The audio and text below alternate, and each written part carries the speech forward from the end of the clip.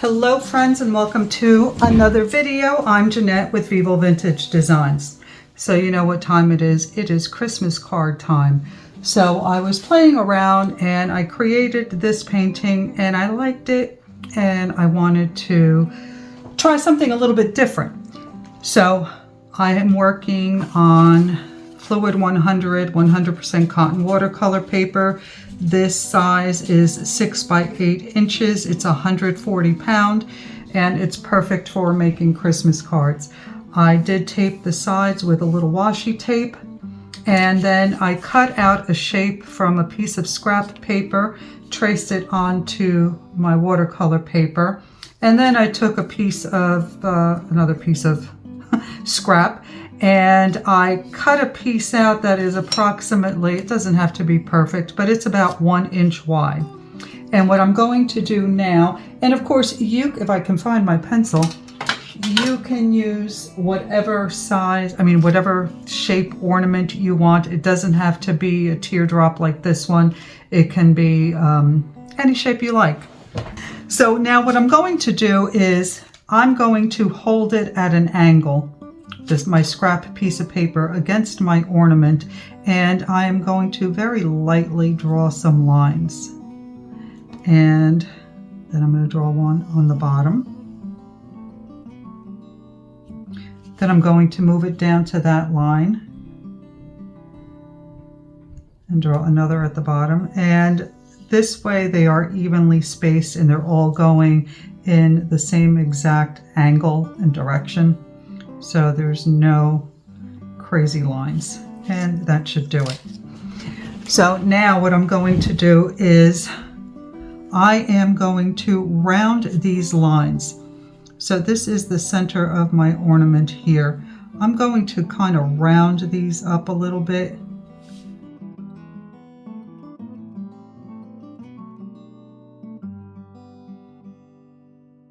It doesn't have to be a lot. Just want it to look like it's a ribbon wrapping around. So by doing this, it gives that look a little bit more. Okay, so now we have the shape of the ornament, and you can see that it gives it kind of like that ribbon look, as though it's a ribbon wrapped around the ornament. And now I have a couple of brushes here because I thought I would do a background. So I have a silver black velvet in a size 12. I have an aqua elite size 8, and then a silver black velvet in a size 4. And the colors that I chose to use for mine are malachite green and permanent red. And I'm using my Muñoz pan paints. I also have some paper towels for blotting my paper. And I have 2 pots of water here. Since I'm going to be using green and red, I don't want it to get too muddied up. But I do want to create a bluish background, and then I want to create some blooms as well. So I have activated my aquamarine blue. So I'm going to dip my large brush and pick up some of that color, and I'm going to start to paint the background. And I'm going to be careful not to get it on the ornament. We'll see how that goes. And I'm not trying to be even about it. I will turn my paper so that I can easily go around the ornament.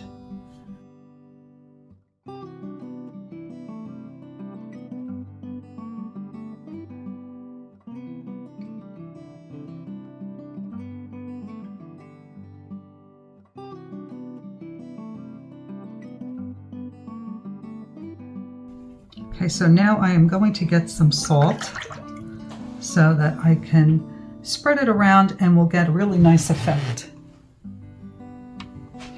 All right, I happen to have some pink Himalayan salt, so that's what I'm going to use.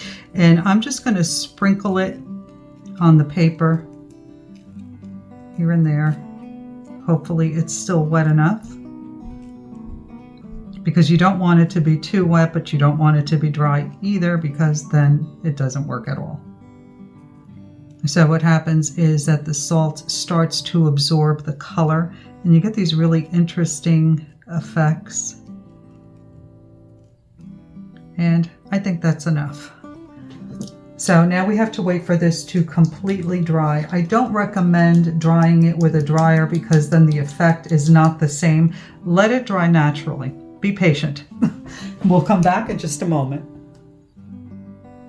So I decided to tap a little bit of water on here to get some extra blooms. So you can see I've just wet down my brush and I'm just tapping it with my finger to splash a little bit of water on there to create some more blooms. I want a really nice textured background. All right, now we're going to let that dry. Okay, so I took Diesel for a nice long walk. Hopefully he'll leave me alone so I can finish this painting. And this is completely dry. And you can see the nice texture that we have in the background. I thought this would dry a little bit lighter, but it didn't. That's okay, we'll work with it. So now you want to gently brush off the salt. I'm going to do that onto my paper towel here. And once you get that all off, you are ready to start painting your ornament. Let me make sure I don't dip my brush or dry my brush off on that salt and then transfer it to the rest of the painting. All right, so that's done. Now what we're going to do is we're going to use the wet and wet technique to do the ornament. Just a little bit more salt on there. So what I'm going to do is I'm going to dip my brush in the water and I'm going to start with the top section here. And I still have blue paint on there. That's all right, I'm going to make this one green anyway. So I'm going to wet down the area. You want to make sure you have enough water on there, but not so much that it is puddling or dripping. So you just want to get it wet enough so that when you tilt the paper, you see the paper glistening. You want to make sure that you get the entire area. Now I'm going to pick up that malachite green and I am going to start putting it along the edges.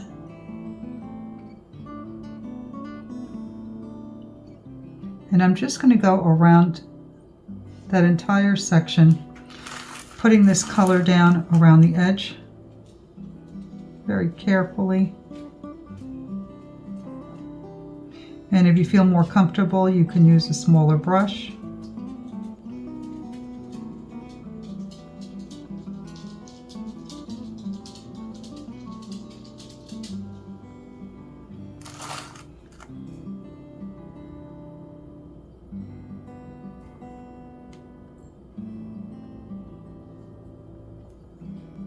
Get to those little corners, you might want to use a little brush.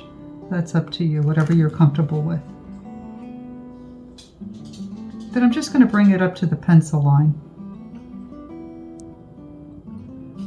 Like that. And a little bit more here.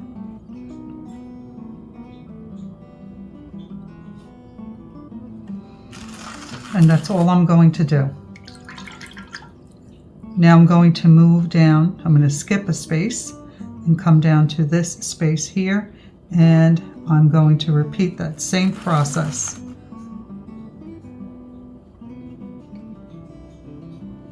I'm going to make this really easy. We're going to let the watercolor do its magic and just spread into that water the way it wants to.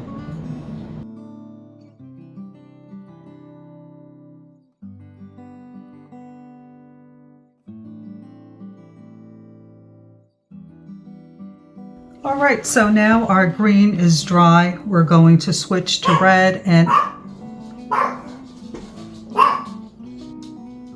I am using permanent red. So we're going to do the same thing. We're going to wet down the area. Make sure you're using clean water. Otherwise, you don't want to be mixing your red and green. Make sure that it's evenly covered with water.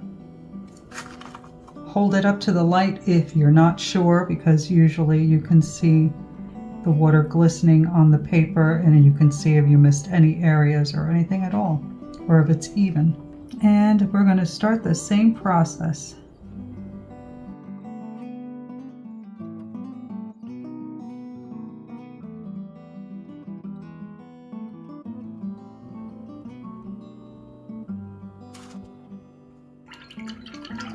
And now we let that dry. So while I was waiting for this to dry, I thought it might be nice to add a branch for the ornament to be hanging from. So I've activated some of my browns, and I very lightly sketched a branch here. I can barely see it myself. Let me darken this up a little bit so I can see. And I'm going to give this a try. I hope I don't ruin it. So I'm picking up a little bit of the Van Dyke brown, and I'm going to start putting in a branch here.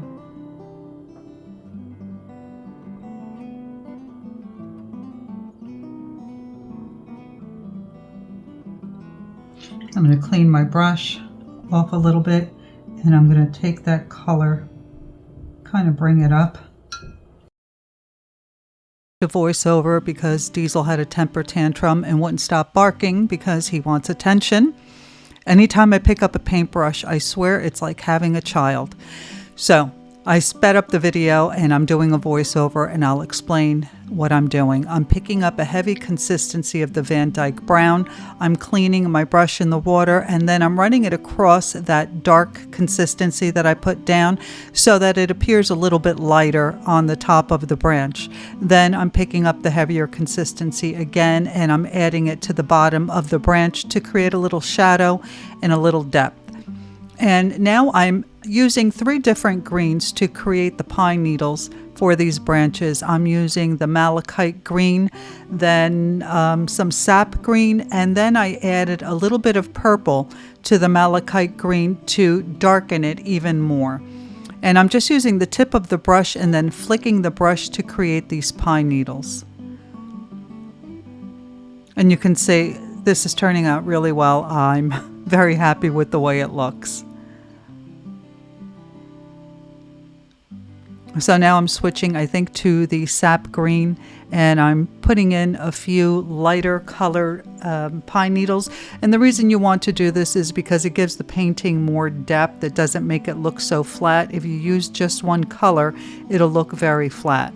So using a variety of greens makes it look more dimensional. And you can see that I'm going right over the ornament as well with the pine needles. And make sure that when you're doing your pine needles, don't keep them all going in the same direction. Have them crossing over one another. It makes it more interesting. And then I forgot to add the loop for the ornament to hang from, so I just used the tip of my brush and I went in between those pine needles and added a little loop and a little string with a lighter shade of brown. And we are finished. So I hope that you enjoyed this video and that you give it a try. Be sure to check the description box for links to the products used. And please don't forget to like, comment, and subscribe. Your interaction is really helpful to my channel and greatly appreciated. It's a nice way to show your support. If you have any questions about anything you've seen me do here, leave it in the comments and I will always get back to you. Thanks for watching, and I'll see you in the next one. Bye.